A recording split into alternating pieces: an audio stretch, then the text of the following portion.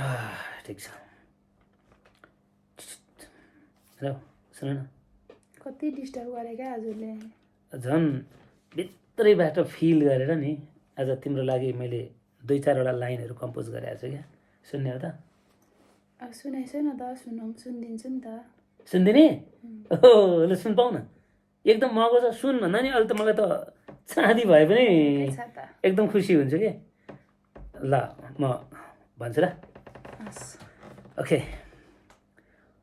चौतारीका बर पिपललाई साक्षी राखेर भन्छु, म तिमीलाई असाध्यै माया गर्छु। चौतारीका बर पिपललाई साक्षी राखेर भन्छु, म तिमीलाई असाध्यै माया गर्छु।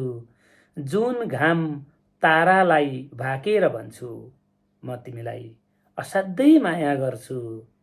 रिस गर्नेहरू गर्दै गरून्, रिस गर्नेहरू गर्दै गरून्, ईर्ष्याले जल्नेहरू जल्दै गरून्, रिस गर्नेहरू गर्दै गरून्, ईर्ष्याले जल्नेहरू जल्दै गरून्। माटोको कसम खाएर भन्छु, म तिमीलाई बिछट्टै माया गर्छु। माटोको कसम खाएर भन्छु, म तिमीलाई बिछट्टै माया गर्छु। घाम तारालाई साक्षी राखेर माया गर्ने, अझ रुखलाई पनि अरे, अझ हुँदा हुँदै माटोलाई पनि अरे। भरे खाना खाना आइसला न मैले जानेको छ। अनि के चाहिँ के भयो र? के छ त्यसो त्यसमा? यत्रो सबै साक्षी राखिसकेपछि एउटा घन्टीलाई चाहिँ साक्षी राखेर म माया गर्छु भन्न सकिन्छ नि त? हे भगवान, सकिँदैन यार अब यस्तो भएपछि। अब जेमा पनि राजनीति है। अनि म हुन त तिम्रो लागि मैले कम्पोज गरे सकिएको थियो, पढ्दै थिएँ नि होइन, बिचैमा आवेशमा आएर चाहिँ यस्तो गरेर हुन्छ भने। घन्टी भनेको त भगवानलाई बिहान बेलुका माने बाबा, माने नमस्कार गर्ने ल भगवान मैले माने, तिमी नै भगवान। ल बाँकी अरू लाइन पनि सुन नि त, कुल हुनुपर्छ क्या, जहिले आवेशमा आएर काम बिगारेर हुन्छ भने नि। सुनौँ ल, अब चित्त बुझ्छ कि बुझ्दैन। मेरो बुझ्यो सातो गइसक्यो, मुटु ढटक ढटक गरेर जान्छ, त्यति ढ्याङ्ग्रो भइसक्यो। सुनाउँछु त्यही पनि सुना। हटेरिका मरिन्छ क्या यार। सुन है।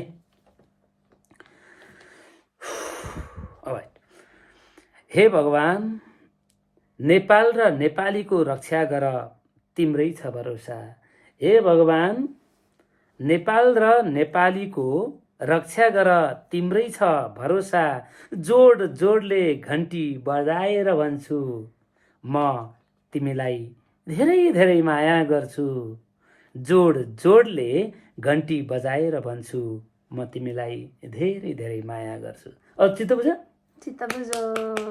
अब यो जे कुरामा पनि नि यस्तो कचाकचु गरेर हुँदैन। अनि अर्को कुरा बुझ्नै पर्ने कुरा चाहिँ साहित्यमा राजनीति, मायामा राजनीति, घर चलाउने कुरामा राजनीति एभ्री वे पोलिटिक्सलाई मिक्स गर्नुहुन्न कि।